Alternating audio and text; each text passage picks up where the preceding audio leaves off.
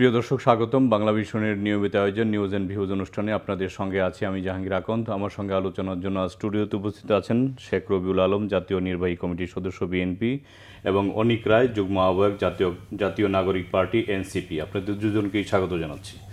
দর্শক, আজ আমরা আলোচনা করব সমসাময়িক নানা বিষয় নিয়ে। আলোচনাটা শুরু করতে চাই রবি ভাইকে দিয়ে। রবি, সরকার আওয়ামী লীগের কার্যক্রম নিষিদ্ধ করার পর আজ কিছুক্ষণ আগে নির্বাচন কমিশন বৈঠক করে আওয়ামী লীগের নিবন্ধন স্থগিত করার সিদ্ধান্ত নিয়েছে। তো বিষয়টিকে আপনি কীভাবে দেখছেন? ধন্যবাদ আপনাকে, ধন্যবাদ প্রিয় সহ আলোচক এবং এই মুহূর্তে যারা বাংলা ভিশনের সাথে যুক্ত আছেন। আওয়ামী লীগের কার্যক্রম নিষিদ্ধ করা হয়েছে তার বিচার কাজ শেষ হওয়ার আগ পর্যন্ত,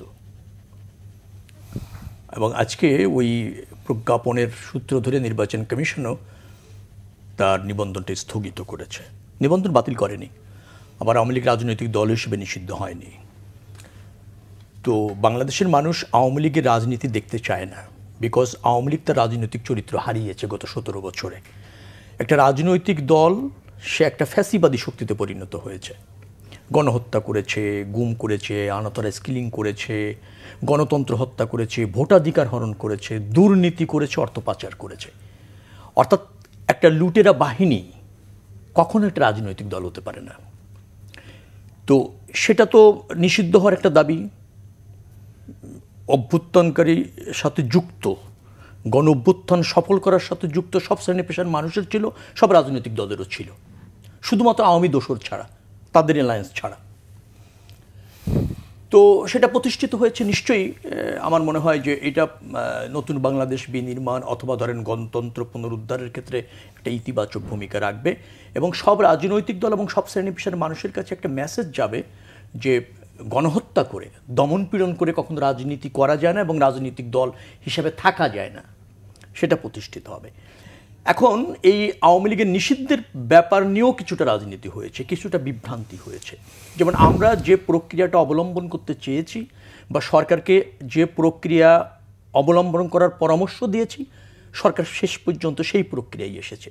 আমরা চেয়েছি যে আওয়ামী লীগের রাজনৈতিক কর্মকাণ্ড নিষিদ্ধ হোক, রাজনৈতিক দল হিসেবে আওয়ামী লীগ নিষিদ্ধ হোক, কিন্তু সেটা একটা বিচারিক প্রক্রিয়া অনুসরণ করে এবং সেটা একটা বৈধ প্রক্রিয়া অনুসরণ করে, যত্রতত্র নির্বাহী আদেশে বা ধরেন আবেগের বসে না।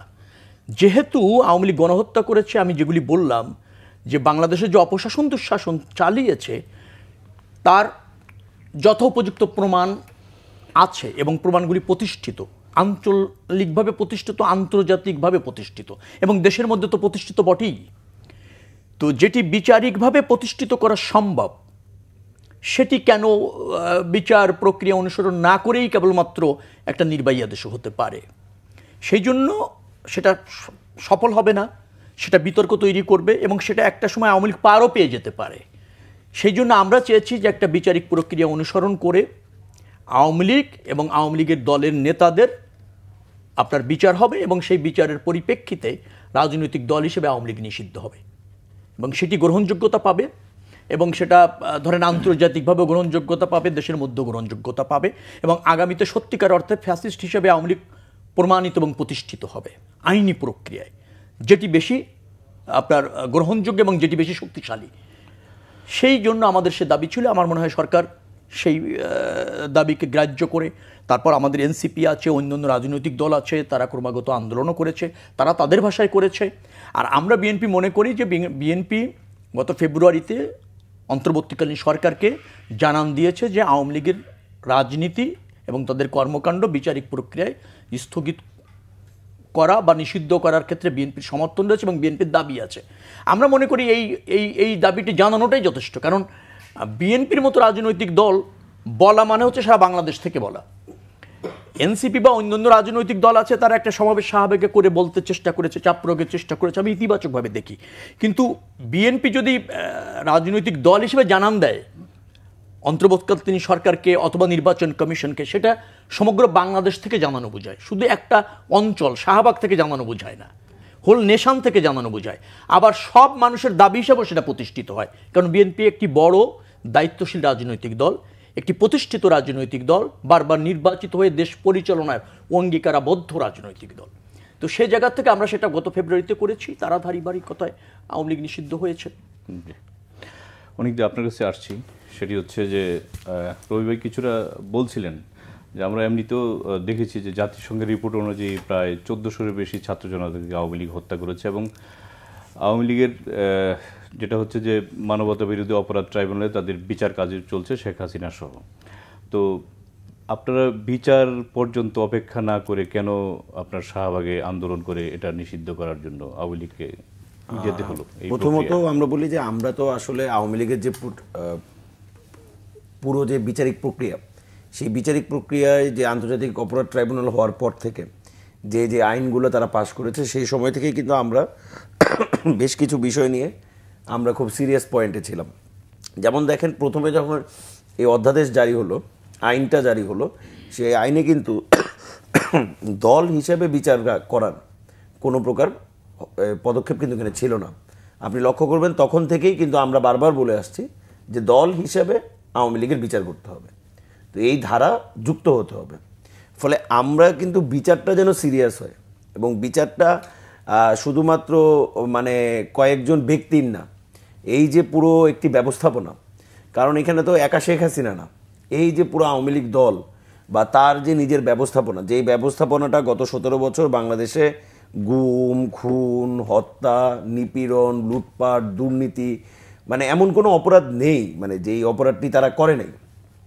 যেমন আপনি মনে করেন যে অনেকগুলো কমিশন হয়েছে, এর মধ্যে যদি গুম কমিশনের যেই রিপোর্ট বা গুম কমিশনের যারা সদস্য তাদের কাছ থেকে যদি শোনেন, তাদের অনেকেই সামাজিক যোগাযোগ মাধ্যমে লিখছেন যে একজনকে প্রায় 6 মাস চোখ হাত পা বেঁধে একটি রুমের মধ্যে ফেলে রাখা হয়েছে। এই যে অপরাধটি যে সংগঠিত হয়েছে, মানে এই অপরাধের মাত্রা তো অনেক বেশি। ফলে এই দলটাকে, এই যে সম্পূর্ণ যে দল, এই দলটাকে বিচারের আওতায় আনতে হবে। এটা কিন্তু একদম প্রথম থেকে আমাদের দাবি ছিল, যখন থেকে এই আইন পাস হয়েছে। ফলে বিচারিক প্রক্রিয়ার মাধ্যমে আওয়ামী লীগের মানে নিষিদ্ধ বা যে আওয়ামী লীগকে পানিশমেন্ট দিতে হবে, এই দাবিটা কিন্তু আমাদের আগে থেকেই ছিল, এবং এটাই কিন্তু আমাদের মুখ্য দাবি ছিল। এখন কেন প্রয়োজন পড়লো? আচ্ছা, এখন যদি আপনি দেখেন, আমরা কি দেখতে পাচ্ছি যে আওয়ামী লীগের নামে বাংলাদেশে বিভিন্ন জায়গায় মিছিল হচ্ছে। এখন আপনি যদি আইন শৃঙ্খলা বাহিনীকে বলেন আওয়ামী লীগের নামে মিছিল এত কোনো নিষিদ্ধ ঘটনা না বা আইনত বিরোধী ঘটনা না, মানে সোজা দৃষ্টি যদি আপনি তাকান, তো পুলিশ বা আইন শৃঙ্খলা বাহিনী কীভাবে আসলে ব্যবস্থা নেবে? বা মনে করেন তারা যে বিভিন্ন জায়গায় তাদের নামে অকারেন্সগুলো করছে আওয়ামী লীগের নামে, সেই অকারেন্সগুলোর উপর ব্যবস্থাপনা কীভাবে আপনি নেবেন? তো সেই জন্য তো আপনার কিছু কাজ দরকার।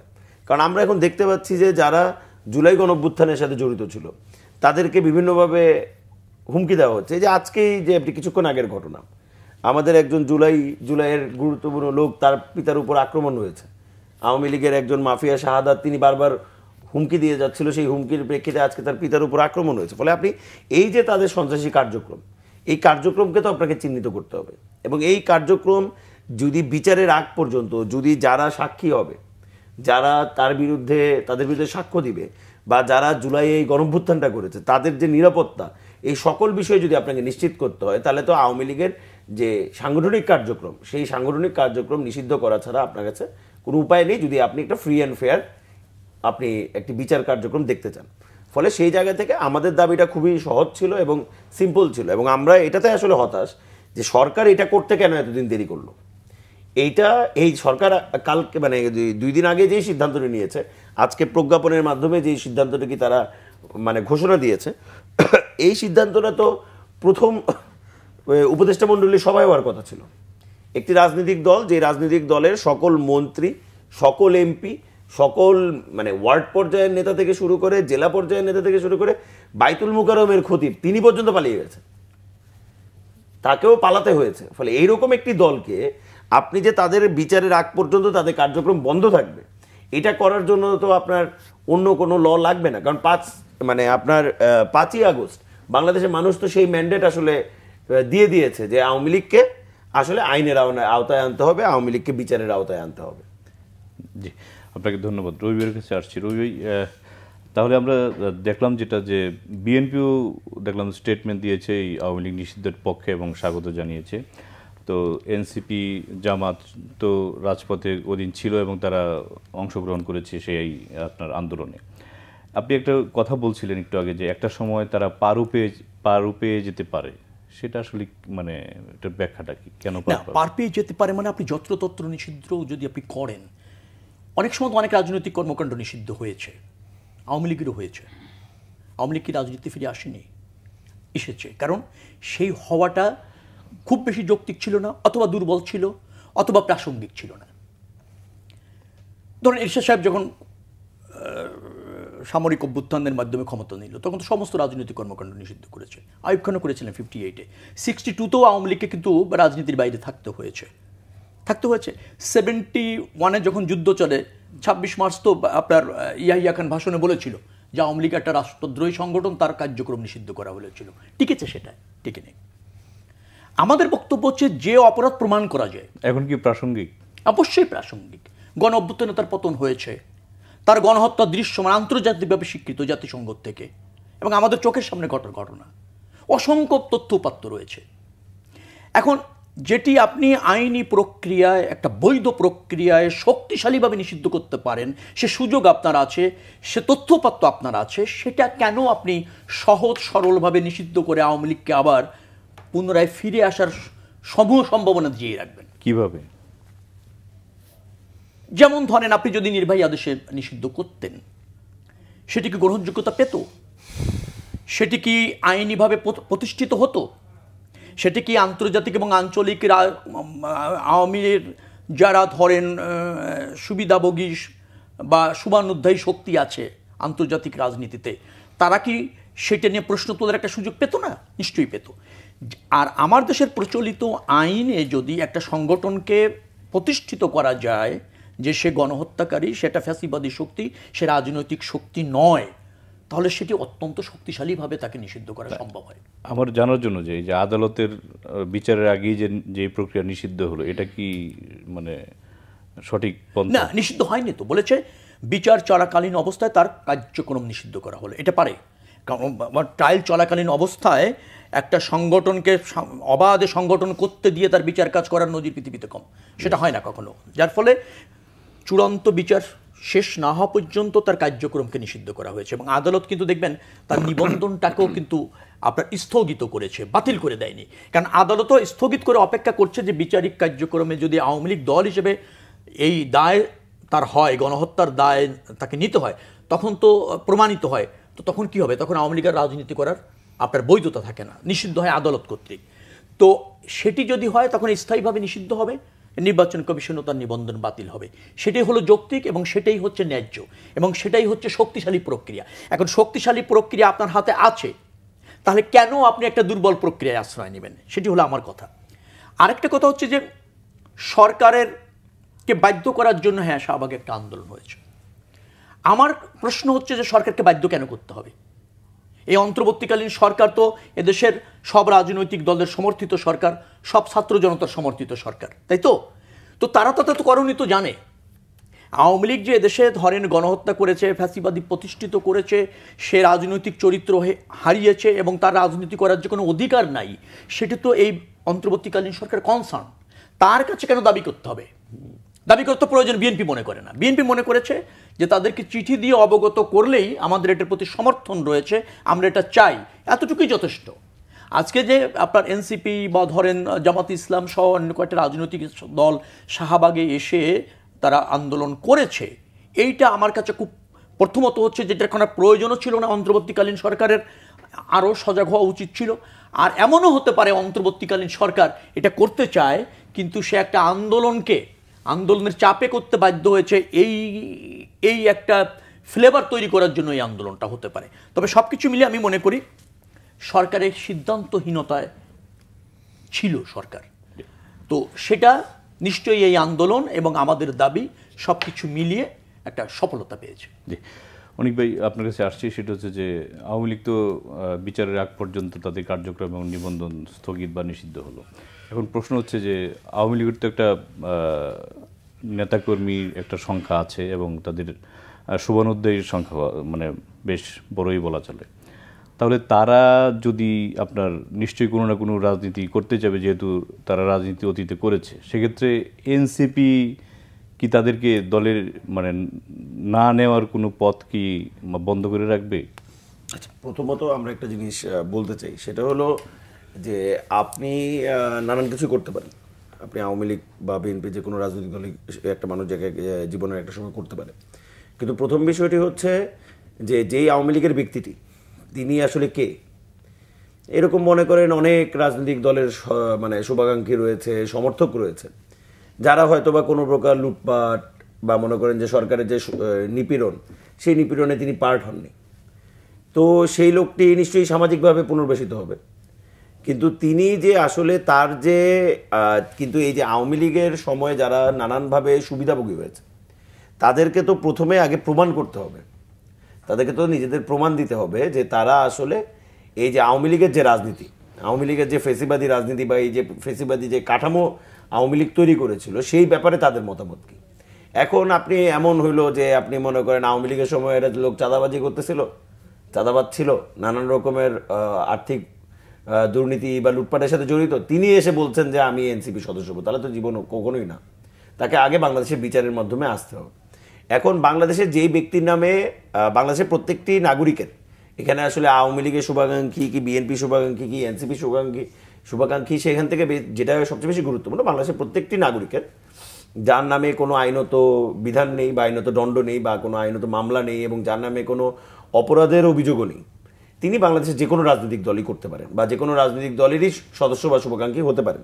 কিন্তু যাদের নামে ফৌজদারি মামলা রয়েছে, যারা নানান রকম অপকর্মের সাথে জড়িত ছিল, যারা তৃণমূলে বিভিন্ন সময় মানুষকে নিপীড়নের মানে হাতিয়ার হিসেবে তারা নিজেরা নিয়োজিত ছিল, তাদের কাউকেই আসলে বাংলাদেশের রাজনীতিতে আনা মানে পুনর্বাসন করার কোনো প্রকার ইচ্ছা আমাদের নেই।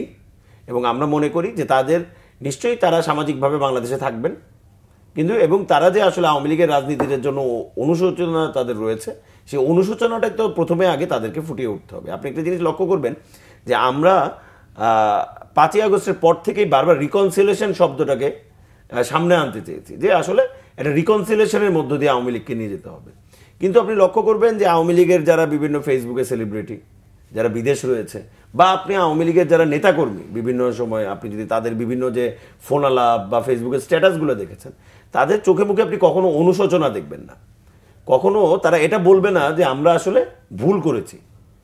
এবং মানে এই যে ভুলটা স্বীকার করে নেওয়া, সেই ভুল স্বীকারটা কিন্তু আপনি দেখবেন না গত 9 মাসে কারো চোখে মুখে এসছে।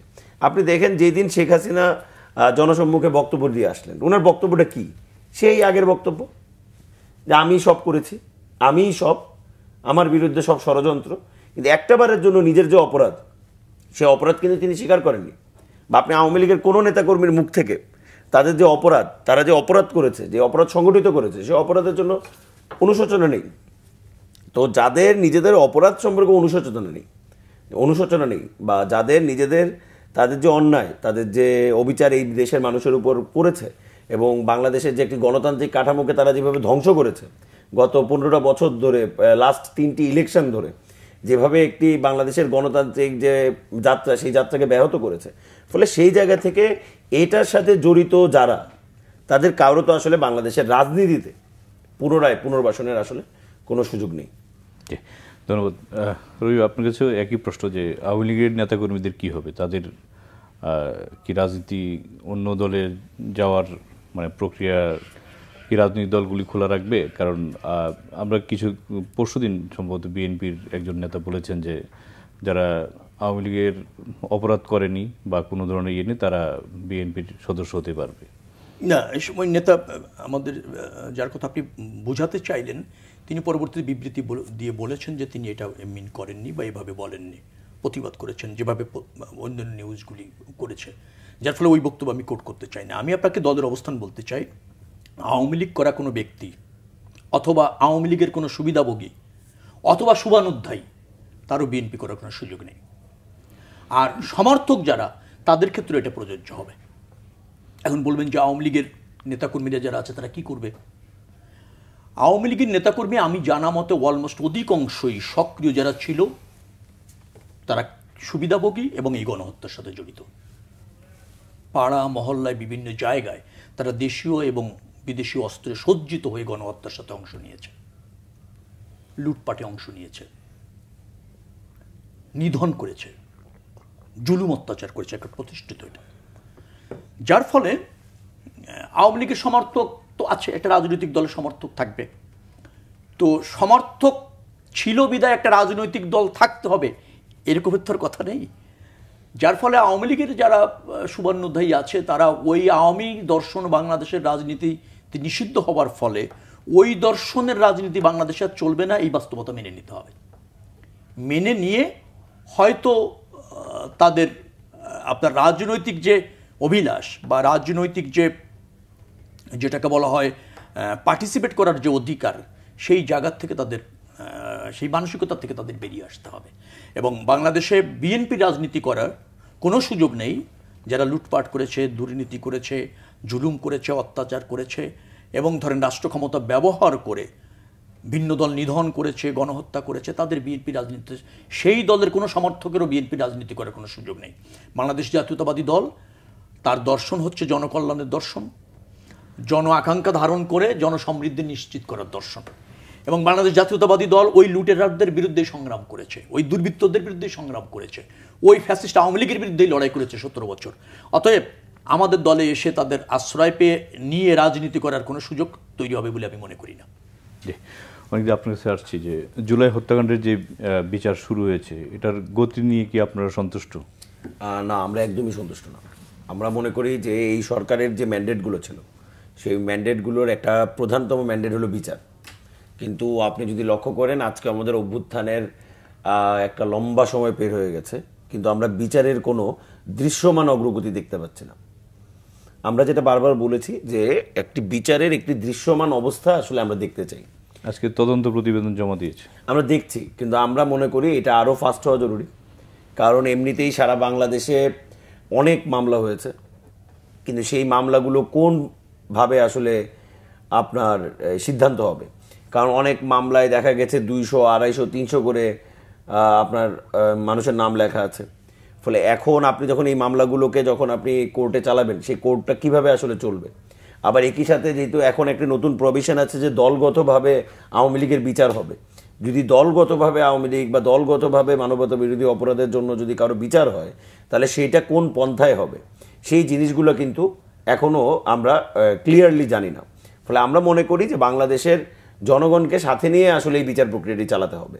এবং দলগতভাবে আওয়ামী লীগের যে বিচার, এটা ঢাকার ওই মানে কোর্টের না বসে এটা সারা বাংলাদেশে ট্রাইব্যুনালের শাখা খুলতে হবে, যেন সাধারণ মানুষ, একদম তৃণমূল থেকে সাধারণ মানুষ এই ফেসিবাদ বিরোধী আওয়ামী লীগের, এই যে ফেসিবাদী আওয়ামী লীগের নামে যে অভিযোগ, এই ফেসিবাদী আওয়ামী লীগের যত রকমের অপরাধ, সেই অপরাধগুলো তারা লিপিবদ্ধ করতে পারে, যেন সারা বাংলাদেশে একদম তৃণমূল থেকে তাদের নামে যে বিভিন্ন রকমের অভিযোগ বা বিভিন্ন রকমের তাদের যে মানে অভিযোগ না, তাদের যে বিভিন্ন রকমের কর্মকাণ্ড, সেগুলো যেন লিপিবদ্ধ থাকে। এবং আমরা চাই এই বিষয়টি এতটা ট্রান্সপারেন্টভাবে হবে যেন আজকে থেকে 10 বছর পরে, আজকে থেকে 15 বছর পরেও কেউ এসে যেন এই বিচার কার্য ঠিক হয়েছে বা এই বিচার কার্য ভুল হয়েছে এই সংঘাতে বা এই বিতর্কে না যুক্ত হতে পারে। ফলে সেটার জন্য যতটা সিনসিয়ার এবং স্কিল্ডভাবে আসলে আন্তর্জাতিক অপরাধ ট্রাইব্যুনালের মুভ করা প্রয়োজন আমরা মনে করি, আমরা মনে করতেছি না যে সেটা ততখানিভাবে করছে। ফলে আমরা মনে করি সামনের যেই সময়টা রয়েছে, সেই সময়ের মধ্যে দ্রুত এগুলো দৃশ্যমান করতে হবে, কিভাবে কাজ হবে সেই জিনিসটা পুরোপুরি ট্রান্সপারেন্ট রাখতে হবে, স্বচ্ছ রাখতে হবে, এটি সঠিক এবং যুক্তিযুক্ত উপায়ে এই বিচারটিকে সামনে নিয়ে যেতে হবে, যেন সামনে একটা সার্টেন টাইম পরে এই বিচার নিয়ে কেউ বিতর্ক করতে না পারে। জি রবি, অনেকদা যে প্রক্রিয়ার বিচার কার্য চলছে তার গতি নিয়ে অসন্তুষ্ট প্রকাশ করেছেন। এখন আমার প্রশ্ন হচ্ছে যে সরকার গঠিত হয়েছে প্রায় 10 মাসের মতো হয়েছে, তো মাত্র একটি ট্রাইব্যুনাল দিয়ে কেন এতদিন বিচার কার্য চালানো হলো? আর মাত্র এই পরশুদিন মনে ঘোষণা দিয়েছে আরেকটি ট্রাইব্যুনাল কিন্তু জানুয়ারিতে হওয়ার কথা ছিল। তো এই যে ধীরগতি, আসলে এটা কি কি কারণ? সরকার কি কি কারণে তারা দায়িত্বহীনতা, অবহেলা? এই বিচার কি কেন অবহেলা করা হবে? না, অবহেলা তো আছে, করছে তো। আপনি একটি ট্রাইব্যুনাল করলেন, 9 মাস অতিবাহিত হলো, কেন 5টি ট্রাইব্যুনাল করা যায় না? সেই লোকবল কি নাই? অবশ্যই আছে, সে প্রচেষ্টা আছে নাকি? আপনি এজাহার গ্রহণ করেছেন, প্রচন্ড দুর্বল এজাহার, কেন এজাহারগুলি আরো শক্তিশালী হলো না? আরো বেশি আপনার হলো না, যেটাকে বলা হয় আইন অনুসারে হলো না, আরো বেশি স্বচ্ছতার সাথে হলো না? আরও বেশি অপরাধীকে সম্পৃক্ত করা গেল না? কেন ঢালাওভাবে আসামি হলো? কেন অপরাধীরা এজাহারে অনেকে নাম আসলো না? কেউ দেখেছে নাকি? দেখার কেউ আছে নাকি? দেখার কেউ নেই। সরকার তার অগ্রাধিকার চিহ্নিত করতে ব্যর্থ হয়েছে করণীয়র ক্ষেত্রে। সমন্বয়তার অভাব আছে, কে জানে না এটা? যে কাজটি অগ্রাধিকার পাবে সেখানে আপনি মনোযোগী না। আপনি বিচার, তারপর যারা আহত হয়েছে তাদের চিকিৎসা, উন্নততর চিকিৎসা, যারা নিহত হয়েছে তাদেরকে প্রতিষ্ঠিত করা, সেখানে মনোযোগ কতটুকু আপনার আছে? আপনি সেখানে তো মনোযোগ নাই। তারপর ধরেন আপনি তদন্ত যদি আপনি করতে যান, তো তদন্ত তো একটা গতি তো ধীর, অনেক ধীর। প্রসিকিউশনকে আপনাকে আরো শক্তিশালী করতে হবে এবং বিচার কাজের পরিধিটাও তো আপনাকে বাড়াতে হবে। 5টা ট্রাইব্যুনাল করা যেত না? অবশ্যই যেত। জেলা শহরগুলিতে একটা ট্রাইব্যুনাল করা যায় না? অবশ্যই যায়। একটা আদালতকে ধরেন, আমাদের যে প্রতিষ্ঠিত আদালত আছে সেটার কার্যক্রমকে সীমিত করে এনেও তো জেলা ট্রাইব্যুনাল ঘোষণা করা যায়। এই জন্য বলছি যে এখানে সরকারের মনোসংযোগের অভাব আছে এবং আমি বলবো এটা, এই দায় সরকারকে নিতে হবে। আপনি 9 মাসে এখনো পর্যন্ত কেবলমাত্র ওই যে বললাম আপনার একটা মামলার গিয়েছে আন্তর্জাতিক অপরাধ ট্রাইব্যুনালে, কেবলমাত্র একটা মামলার 4 সিট গিয়েছে না, তদন্ত প্রতিবেদন গিয়েছে। তো এটি হলো নাকি? এভাবে চললে কতদিন লাগবে? আর এইভাবে একটা রাজনৈতিক দলের এবং তার এই যে আপনার ফ্যাসিবাদী শক্তির বিচার আপনি নিশ্চিত করতে পারবেন, সেটা কিভাবে মানুষ আশায় নেয়? সেখানে সরকারের মনোযোগী নেই। সরকার, আমি বলছি বারবার, সরকারে আমি এখন আস্থা হারাতে চাই না, কিন্তু সরকার আমাদেরকে ব্যতীত করেছে তার কাজে। বাংলাদেশের মানুষের কিন্তু আরও কিছু প্রত্যাশা ছিল এই সরকারের কাছ থেকে, জোরালো প্রত্যাশা। সেই জায়গায় কিন্তু সরকার আমার কাছে মনে হয় যে এখনো গুছিয়ে উঠতে পারেনি এবং আমাদেরকে স্যাটিসফাইড করতে পারেনি। তারপর হচ্ছে যে আপনি সরকার, এটারও দরকার নেই, আপনি এটা জোরালোভাবে শুরু করেন। আমরা তো জাতি হিসেবে আওয়ামী লীগের বিচার করতে ঐক্যবদ্ধ, তাই না? আমরা রাষ্ট্রকে একটা প্রয়োজনীয় সংস্কার করতে ঐক্যবদ্ধ। আমরা গণতন্ত্রে ফিরে আসতে চাই, জবাবদিহিমূলক রাজনীতি চাই, জবাবদিহিমূলক সরকার চাই, জনবান্ধব রাজনীতি চাই, রাজনীতির গুণগত পরিবর্তন চাই। এখানে তো আমাদের কোনো দ্বিমত নাই। কিন্তু সেটাকে আবার একটার সাথে একটা শর্ত জড়িয়ে দিয়ে আপনি ক্ষমতা প্রলং করতে চেয়েন না। এই ক্ষমতা প্রলং করতে গিয়ে আজকে অনেক সমস্যা তৈরি হয়েছে। আপনি নির্বাচনের আয়োজন করেন, প্রয়োজনীয় সংস্কারের নির্বাচন দেন, নির্বাচিত সরকার ক্ষমতায় এসে নিশ্চয়ই আওয়ামী লীগের বিচার করবে এবং বাংলাদেশে আওয়ামী লীগের বিচার করতেই হবে, করতেই হবে। কোন রাজনৈতিক দল আওয়ামী লীগের বিচার না করে পার পাবে না, সে যেই ক্ষমতায় আসুক না কেন জনগণের ভোটে। কোন রাজনৈতিক দল আর গণতন্ত্রের বাইরে যাওয়ার কোনো শক্তি রাখে না, সে সুযোগ আর নেই। সংস্কার করতেই হবে আপনাকে, কারণ সব রাজনৈতিক দলের অঙ্গীকার। আমরা তো 31 দফার সংস্কার আপনার আওয়ামী লীগ সরকার ক্ষমতায় থাকাকালীন দিয়েছি, অঙ্গীকার করেছি। এবং সেখানে আপনি যদি যান, একেবারে গণতন্ত্র যদি বলেন, গণতন্ত্র, জনগণের নির্বাচিত সরকার, একটা কার্যকর রাষ্ট্র প্রতিষ্ঠা করার জন্য সব অঙ্গীকার সেখানে রয়েছে। তারপর এই যে আপনি সংস্কার কমিশন করলেন, তারা একটা সংস্কার প্রস্তাব আনলো, অধিকাংশ প্রস্তাবের সাথে সব রাজনৈতিক দল একমত হয়েছে। তো কালেক্ষেপণটা কেন? কালেক্ষেপণটা একটা কারণে রয়েছে, সেইটা হচ্ছে সরকার এখনো করণীয় অগ্রাধিকার ভিত্তিতে নির্ধারণ করতে কিংকর্তব্য বিমূঢ়। আমার কাছে কোনো সময় মনে হয় তারা এখনো জানে না তাদের দায়িত্ব কি কোনো সময়। আবার কি প্রক্রিয়া এটাকে করা যেতে পারে সেই ব্যাপারে তাদের কিছুটা রয়েছে, মানে জানার ক্ষেত্রে দুর্বলতাও রয়েছে। রাজনৈতিক দলগুলির সমর্থন এখনো আছে, আমি বিশ্বাস করি। এই যে আবার যে প্রক্রিয়া হচ্ছে, ধরেন নির্বাচন আসন্ন, অন্য রাজনৈতিক দল, ইতিমধ্যে তো অনেক রাজনৈতিক দল তৈরি হওয়া শুরু হয়েছে এবং রাজনৈতিক দল করাটা একটা সস্তা প্রক্রিয়াও হয়ে গিয়েছে। আমি দেখলাম যে অতি সম্প্রতি যারা আবেদন করেছে নিবন্ধনের জন্য, হ্যাঁ, দু একটি শক্তিশালী রাজনৈতিক দল আছে, এনসিপি আসছে, তারা একটা মধ্যপন্থী রাজনৈতিক দল হিসেবে আসছে, তারা কিছু সংস্কারের ব্যাপারে একটা নতুন বাংলাদেশ করার জন্য আসছে। নিবন্ধন শর্তগুলি পূরণ করে নিশ্চয়ই তারাও নির্বাচনে ফিরে আসতে চায়। যাই বলেন না কেন, নির্বাচিত সরকার ছাড়া একটা রাষ্ট্র ব্যবস্থাপনা এবং এই যে সংকট থেকে উত্তরণের জন্য কার্যকর পদক্ষেপ এবং আওয়ামী লীগের মতো একটা ফ্যাসিস্ট সরকারের জোরাল এবং কার্যকর বিচার নির্বাচিত সরকার ছাড়া সম্ভব না। অনেক ভাই ছোট করে বলবেন, আমরা আপনার এটার পরেই ব্রেকে যাব 2 মিনিট। সেটা হচ্ছে যে রবি ভাই বলছেন যে মনোসংযোগের ঘাটতি আছে বিচারের, সরকারের। তো আমরা যেটা দেখতে পাচ্ছি যে আইন উপদেষ্টা যিনি আছেন তার আইন মন্ত্রণালয়, আইন উপদেষ্টার তো এটা তো একটা অবশ্যই গুরুত্বপূর্ণ মন্ত্রণালয়, তার সাথে আরও বেশ কয়েকটা মন্ত্রণালয়ে তাকে দায়িত্ব দেওয়া হয়েছে। তো এসব কারণেই কি মানে জুলাই অভ্যুত্থানের যেই হত্যাকাণ্ড যেটি হয়েছে সেটার বিচারের সরকার মানে গতি পাচ্ছে না? আমরা প্রথমে বলতে চাই আসলে দেখেন এই সরকারের যেমন কিছু সুবিধা আছে, যেমন একটি বড় রাজনৈতিক দল মানে প্রায় সকল রাজনৈতিক দলের একটা ঐক্যমত রয়েছে এই সরকারের প্রতি, আবার এই সরকারেরও কিছু সীমাবদ্ধতা রয়েছে। আপনারা মনে করেন যে যেই সিচুয়েশনে আসলে এই সরকার এসে দায়িত্ব গ্রহণ করে সেই সময় আইন শৃঙ্খলা ব্যবস্থা পুরোপুরি ভেঙে পড়া অবস্থায় ছিল। আপনার বিভিন্ন জায়গায় মনে করেন যে সাধারণ মানুষকে নেমে নিরাপত্তার জন্য দাঁড়াতে হয়েছে। এটাও আসলে বাংলাদেশের মানুষ একটা তার যে ঐক্যবদ্ধতা গণঅভ্যুত্থানের প্রতি সেটার একটা নিদর্শন কিন্তু এটা। কিন্তু আমরা মনে করি একটা সার্টেন টাইম পার হওয়ার পরে আসলে সরকারের কিছু কিছু কাজে মনোযোগ বাড়ানো দরকার ছিল। যেমন আমরা লক্ষ্য করেছি যে রোজার ঈদের আগেই রোজা শুরু হওয়ার আগে আমরা দেখেছি যে বাণিজ্যমন্ত্রী বারবার যে রোজায় বাজার নিয়ন্ত্রণে রাখা হবে এক প্রকার আওয়াজের মধ্যে ছিলেন এবং বারবার বলেছেন, এবং আমরা দেখেছি তার একটি নিদর্শনও আমরা কিন্তু লক্ষ্য করেছি যে ওই সময়টাতে আসলে তারা এক প্রকার বাজারের উপর কন্ট্রোল নিতে পেরেছে। কিন্তু আমাদের মনে হচ্ছে যে এই যে তারা যে পারছে, কিন্তু এই কাজটি আসলে যতটা তীব্র লেভেলে করা উচিত, যতটা তীব্রতর ভাবে করা উচিত, ততটা তীব্রতা আসলে সরকারের মধ্যে কিছুটা আমরা কম লক্ষ্য করছি। কিন্তু আমরা মনে করি যে একটি সার্টেন টাইম এই সরকার পার করেছে। এই সরকারেরও আসলে আপনার দাঁড়ানোর জন্য একটি মাটি এখন তৈরি হয়েছে।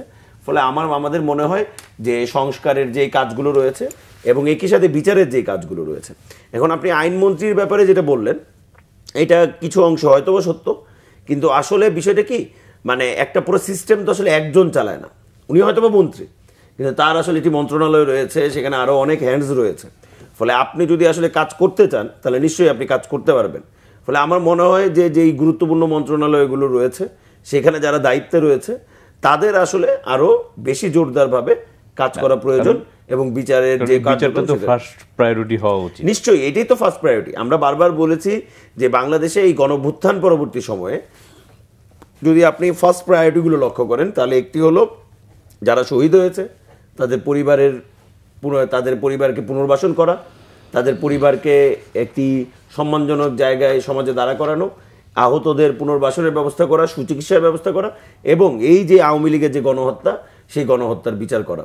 ফলে আমরা মনে করি যে এগুলো তো গভর্নমেন্টের একদম সিরিয়াস মানে অগ্রাধিকার ভাবে প্রায়োরিটি লিস্টে উপরের দিকে থাকা কাজগুলোরই একটা। বিরতি নিয়ে আসি রবি। প্রিয় দর্শক, নিচ্ছি ছোট্ট একটি বিরতি, সঙ্গেই থাকুন, ফিরছে কিছুক্ষণ পর।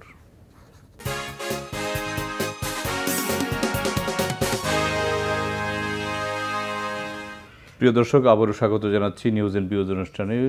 যাচ্ছি আলোচনায় রবির কাছে। রবি, আপনার কাছে প্রশ্ন সেটি হচ্ছে যে এখন তো একটা সংস্কার প্রক্রিয়া চলছে, বিভিন্ন রাজনৈতিক দলগুলোর সাথে আলোচনা চলছে।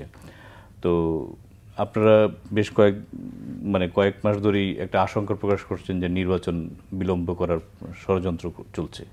তো সেটা কেন, মানে কি দেখে মনে হলো? না, আমরা ষড়যন্ত্র ঠিক না, আমাদের কাছে মনে হয়েছে যে সরকার তার যে মূল দায়িত্ব, উনি বলছিলেন যে আমাদের প্রয়োজনটাকে দেখেন আগে। প্রয়োজনটা হচ্ছে সবার আগে হচ্ছে একটা গ্রহণযোগ্য নির্বাচন, আর এই নির্বাচনের জন্যই প্রয়োজন সংস্কার, এটা তো আছে। তারপর হচ্ছে আওয়ামী লীগের এই যে অপশাসন, দুঃশাসন এবং গণহত্যার বিচার, তো সেই বিচারের জন্য তো প্রয়োজন সংস্কার, বিচারের জন্য প্রয়োজন। কারণ হচ্ছে আপনি এটা স্বচ্ছ গ্রহণযোগ্য বিচার তো হতে হবে, কারণ এটা কিন্তু আন্তর্জাতিকভাবেও সমর্থন বা স্বীকৃতি পেতে হবে এই বিচারটা, তাই না? পেতে তো হবে। তো তার জন্য আমাদের বিচারিক যে প্রক্রিয়া আছে সেখানেও বেশ কিছু সংস্কারের প্রয়োজন হবে। এই যে ট্রাইব্যুনাল বলেন, প্রসিকিউশন বলেন, তদন্ত বলেন, আপনি যদি দ্রুত প্রক্রিয়া করতে যান তো নিশ্চয়ই সেখানেও কিন্তু আমাদের কিছু সংস্কারের প্রয়োজন হবে। অর্থাৎ নির্বাচন এবং আওয়ামী লীগের বিচার এবং গণতন্ত্রের উত্তরণ, এই তিনটি যদি ইস্টাবলিশ আপনি করতে যান, এর সাথে সংস্কার জড়িত। আমরা তো বলেছি যে দ্রুততম সংস্কার সময়ের মধ্যে প্রয়োজনীয় সংস্কারগুলি করার। ইতিমধ্যে ধরেন 9 মাস অতিবাহিত হয়েছে। সংস্কারের ক্ষেত্রে যদি আপনি অগ্রগতি দেখেন সেটা খুব আশাব্যঞ্জক না। সেখানে কিন্তু রয়েছে, প্রচণ্ড ধীর গতি রয়েছে। এখনও পর্যন্ত সরকার অনেক কিছু স্পষ্ট করেনি, কিছু প্রশ্ন ছুড়ে দিয়েছেন মাত্র। রাজনৈতিক দলগুলির সাথে বারবার বসছে, কি একমত হওয়া গেল, কোনটা গেল না, সে ব্যাপারে কি আরও দ্রুততম সময়ের মধ্যে করা যেত না? অবশ্যই করা যেত। 6 মাস পরে এসে আপনি মানে কমিশন করতে চাইলেন, তারপরে হচ্ছে কমিশনের সাথে মিটিং করতে চাইলেন, তো এটা তো প্রথমে 1-2 মাস পরেই করা যেত। যার ফলে আমরা সরকারের যে কর্মকাণ্ডগুলি দেখছি তার গতি ধীর এবং সেটা কিছুটা অস্পষ্ট।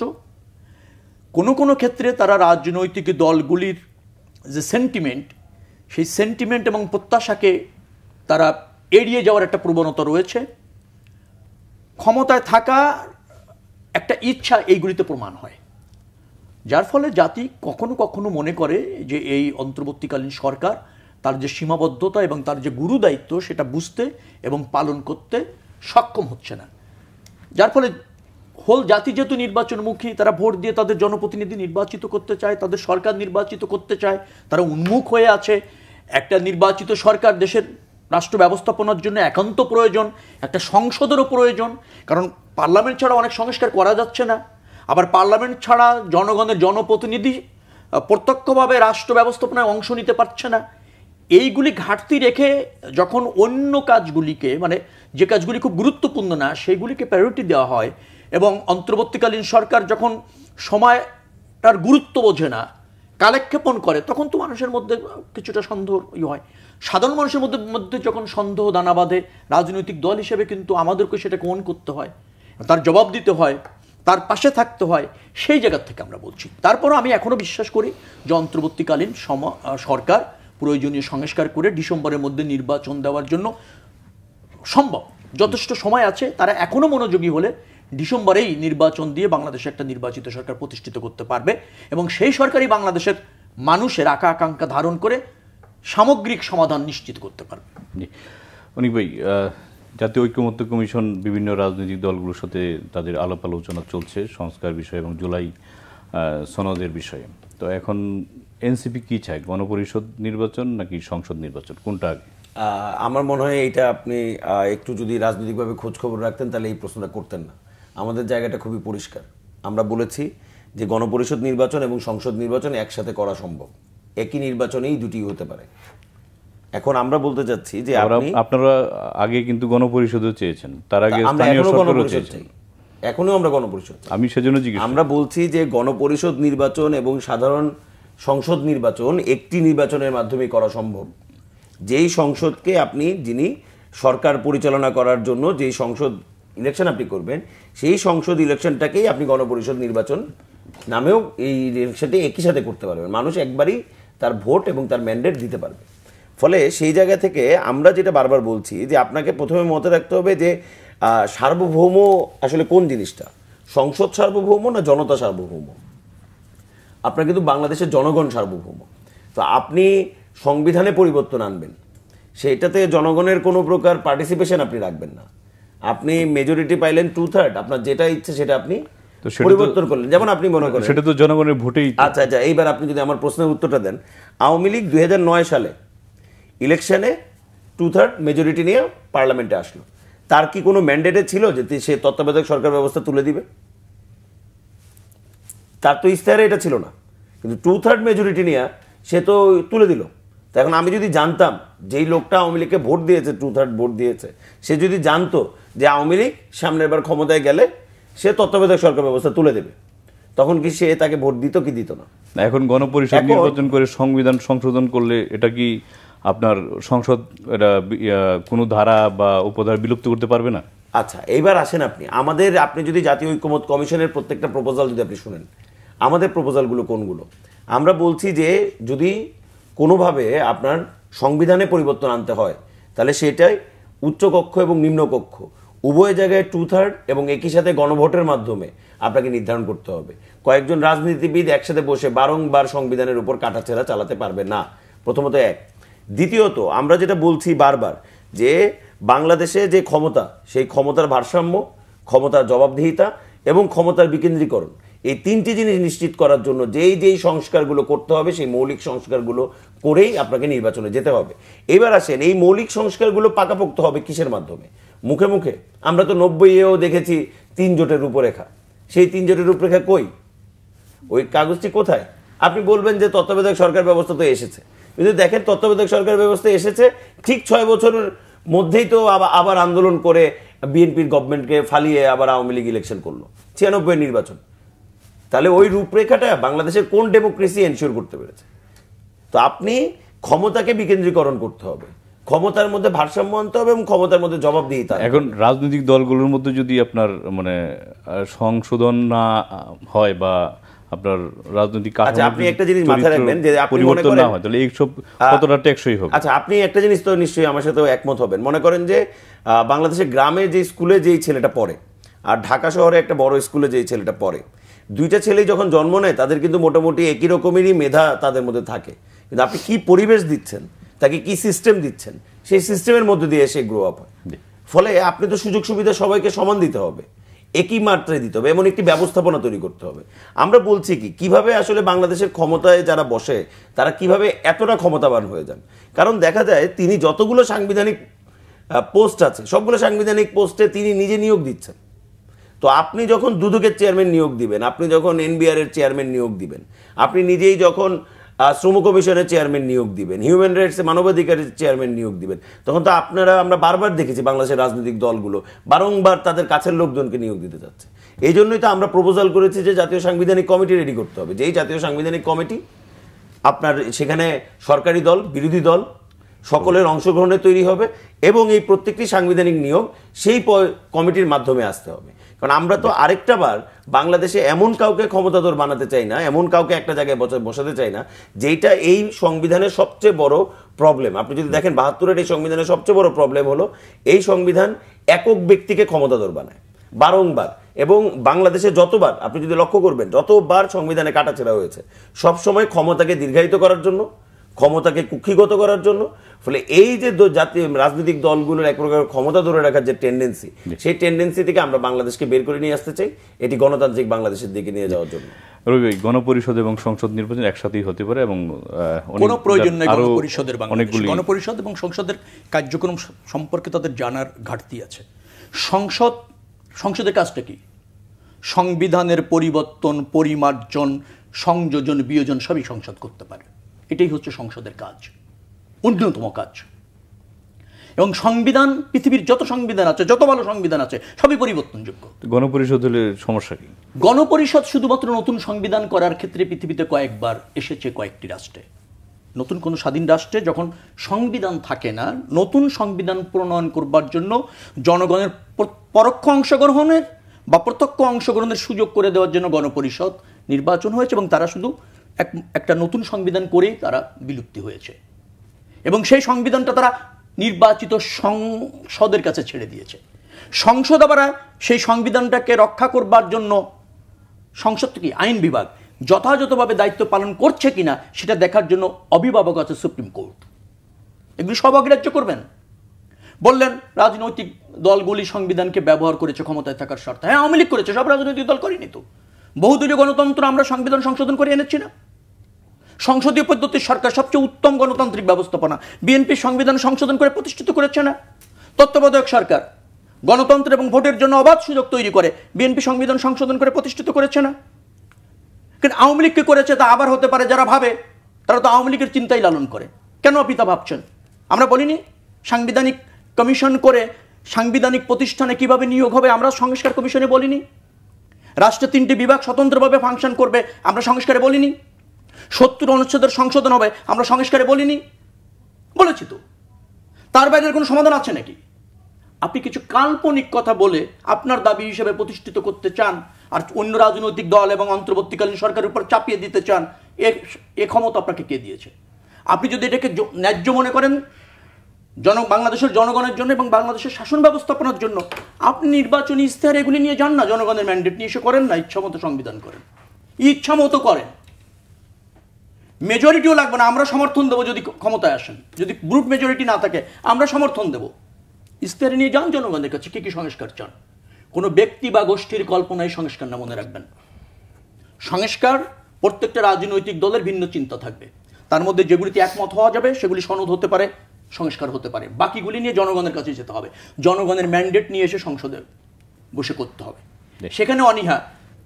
আপনি ভেবেছেন আপনি এখনো নিবন্ধন পান নাই, আপনি রাজনৈতিক দল হিসেবে স্বীকৃত না, এখন শাহবাগ ছাড়া আপনার কোনো ঠিকানা নাই, চাপ প্রয়োগ করতে শাহবাগ লাগে, আর আমরা একটা দাবি করলে বাংলাদেশের সমস্ত জায়গা থেকে সেটা প্রতিষ্ঠিত হয় এবং বাংলাদেশের সমগ্র অঞ্চলের দাবি হিসেবে প্রমাণিত হয়। সেই রাজনৈতিক দলকে আপনি সংস্কার শিখাচ্ছেন, তার প্রতি আবার সন্দেহ রাখতে চান। বারবার নির্বাচিত রাজনৈতিক দল, 17 বছরে ফ্যাসিস্ট হত্যার বিরুদ্ধে সংগ্রাম করা দল, যাদের ঠিকানা ছিল হয় রাজপথ, নতুবা জেল, নতুবা আয়নাগর, নতুবা গুম, তাদেরকে আপনি সংস্কার শিখাচ্ছেন এসে। আগে রাজনীতিটা আসেন, মোস্ট ওয়েলকাম, বোঝেন, করেন, দাবিও থাকবে। তারপর হচ্ছে আসেন আমরা একমত হই যেগুলি বাস্তবিকভাবে সম্ভব, যেগুলি বাংলাদেশে ঘাটতি আছে, যেভাবে একটা কার্যকর সংসদ করা যায় এবং জবাবদিহিমূলক একটা সরকার করা যায়, এবং যে সরকারে জনগণের অংশগ্রহণটা থাকে। সেখানে অনীহা রেখে কাল্পনিক কিছু দাবি দিয়ে সময় ক্ষেপণ করবেন, আর সংস্কারের নামে ধরেন আপনি ক্ষমতা থাকার অপচেষ্টা করবেন, সুবিধাভোগের অপচেষ্টা করবেন, সেটি রাজনীতি না। আমার বিশ্বাস এনসিপির বন্ধুরা সেখান থেকে বেরিয়ে এসে গণতন্ত্রের পথে আসবে, জনগণের দ্বারস্থ হবে। অনেকদিন আপনার কাছে যাচ্ছি, সেটা হচ্ছে যে যখন জুলাই অভ্যুত্থান হলো, তো তখন আপনারা বিপ্লবী সরকার না করে এই সংবিধানের অধীনে আপনার সরকার গঠনের সমর্থন দিলেন, সেটা কি আপনার সঠিক ছিল? একদম প্রথম থেকে আমরা আমাদের এই মুভমেন্টে ছোট করে বলবো, একদম ছোট করে বলতেছি, আমরা প্রত্যেকটা বার জাতীয় ঐক্যমতে গুরুত্ব দিয়েছি। আমরা প্রত্যেকটা বার আমরা যা বলেছি তার থেকে বেশি গুরুত্ব দিয়েছি বাংলাদেশের প্রত্যেকটি রাজনৈতিক দল, প্রত্যেকটি আন্দোলনরত এই ফ্যাসিস্ট সরকারের বিরুদ্ধে যারা আন্দোলন করেছে তাদের সকলের বক্তব্যকে, এবং আমরা প্রত্যেকটা বার সকলের বক্তব্যকে অ্যাকোমোডেট করতে চেয়েছি। এবার আসেন, আমি ভাই আমার অনেক সিনিয়র নেতা, অনেক দিন ধরে রাজনীতি করেন, আমি শুধু একটি কথা বলবো যে ষষ্ঠ সংসদ নির্বাচনের সমস্যাটা কি হয়েছিল, কি কারণে বিএনপি 278 সিট পেয়েও সেই গভর্নমেন্টের মেয়াদ কতদিন ছিল, কেন বিএনপিকে সেই গভর্নমেন্ট ছেড়ে পুনরায় নির্বাচনে যেতে হলো, এই প্রশ্নগুলো কিন্তু আমরা জানি। আমরা হয়তো তখন অনেক ছোট, আমরা হয়তো এত কিছু বুঝি না, কিন্তু এখন তো আমরা বুঝি যে কেন করতে হয়েছিল এটি, কেন 111-এর গভর্নমেন্ট আসলো, 111-এর গভর্নমেন্টের প্রেক্ষাপট কি, কারা সেই সময় ক্ষমতায়, এগুলো আমরা সবাই জানি। ফলে এই যে বারংবারের যে হিস্ট্রি বাংলাদেশের, আমরা গত 54 বছরে আপনি দেখুন 1971-এর পর থেকে আমাদের এখন পর্যন্ত আমরা একটি সহি সঠিক সবাই একমত পৌঁছাবে এটি গণতান্ত্রিক ট্রানজ্যাকশনের কোনোভাবে ব্যবস্থা করতে পারিনি। আমাদের কোনো নির্বাচন, যদি আপনি 2001-এর নির্বাচন যদি আমি বাদ দেই, আর কোনো নির্বাচনের আগে আন্দোলন হয়নি, ঘটনা ঘটেনি, মানে তীব্র আন্দোলনের মুখে সরকারকে পতন করাতে হয় নাই, আপনি ঘটনা খুঁজে দেখবেন না। ফলে আমরা যে এই যে একটি গণতান্ত্রিক ট্রানজ্যাকশন গত 54 বছরে পেলাম না, এটা দায়ও তো তাহলে যে রাজনৈতিক দলগুলো এতদিন ধরে রাজনীতি করেছে তাদেরকে নিতে হবে। নাহলে তো আমাদের 2000 এখানে এসে এত লাভ দিতে হতো না, এত মানুষের রক্ত তো ঝরাতে হতো না। কিন্তু আমরা একটা গণতান্ত্রিক, ন্যূনতম গণতান্ত্রিক ব্যবস্থাপনা, ন্যূনতম গণতান্ত্রিক রাজনৈতিক কাঠামো বাংলাদেশের রাজনৈতিক দলগুলোর কাছ থেকে পাইনি। এটা এই জেনারেশনের তো একটি তীব্র বক্তব্য, এটাকে তো আপনার স্বীকার করতে হবে। যদি আপনি অ্যালাউ করেন, আমরা শেষ পর্যায়ে বলবো। আচ্ছা, আমি খালি বলতে চাই যে ফ্যাসিবাদ এবং মার্শাল ল কখনো সংবিধান দিয়ে টেকানো যায় না। আর ক্ষমতা বিকেন্দ্রীকরণের কথা বলেছেন উনি, ক্ষমতা বিকেন্দ্রীকরণের মূল মন্ত্র হচ্ছে জনগণের ক্ষমতায়ন। আপনি সেখানে যদি যান, সমস্যার সমাধান হবে। জি, আপনাদের দুজনকে ধন্যবাদ জানাচ্ছি। আমরা একেবারেই শেষ প্রান্তে। প্রিয় দর্শক, আজ এ পর্যন্তই, কাল দেখা হবে একই সময়। ভালো থাকবেন, সুস্থ থাকবেন, সে প্রত্যাশায় আজকের মতো এখানে বিদায় চাইছি। সঙ্গে থাকার জন্য ধন্যবাদ সবাইকে। শুভরাত্রি।